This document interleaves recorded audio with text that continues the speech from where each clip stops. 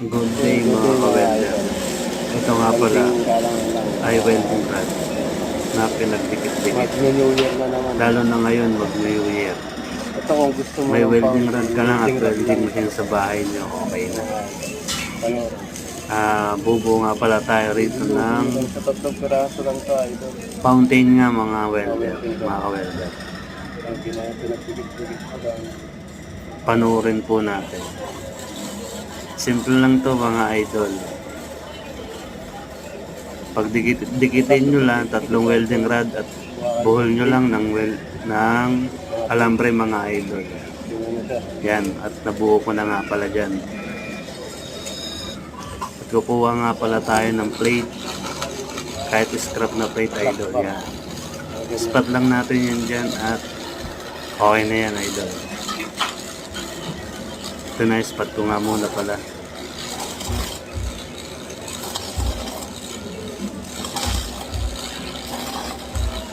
At pagkatapos nga pala natin i-spot, yung holder nga pala idol ay ilalagay natin sa welding rod na i-spot natin na nakabaluktot. Yan. Siyempre, safety first at gagamit tayo dyan ng guantes. Kuha nga ulit pala tayo ng isang plate para pang spark doon sa ating welding rod. Yan, kinabit ko na nga pala dyan ulit. Natanggal ka ganina. Kuha tayo ng guantes, safety first mga idol. Kuha tayo ng plate para pang spark doon sa welding nating welding rod at doon sa dulo. Para kumislap nga pala siya. At ito na nga pala idol. Sinubukan ko na ngayon. At hindi pa gumagana. Ayan na.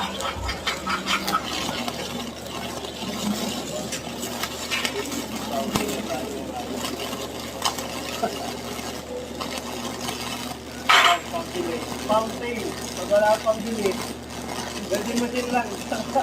Welding rod, may fountain ka na. Mga idol. Goods na goods yan mga idol. Yan.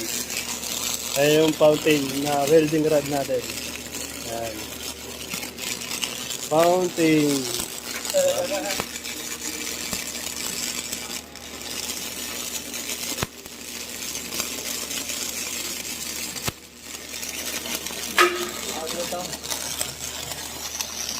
Good day mga idol. Yan.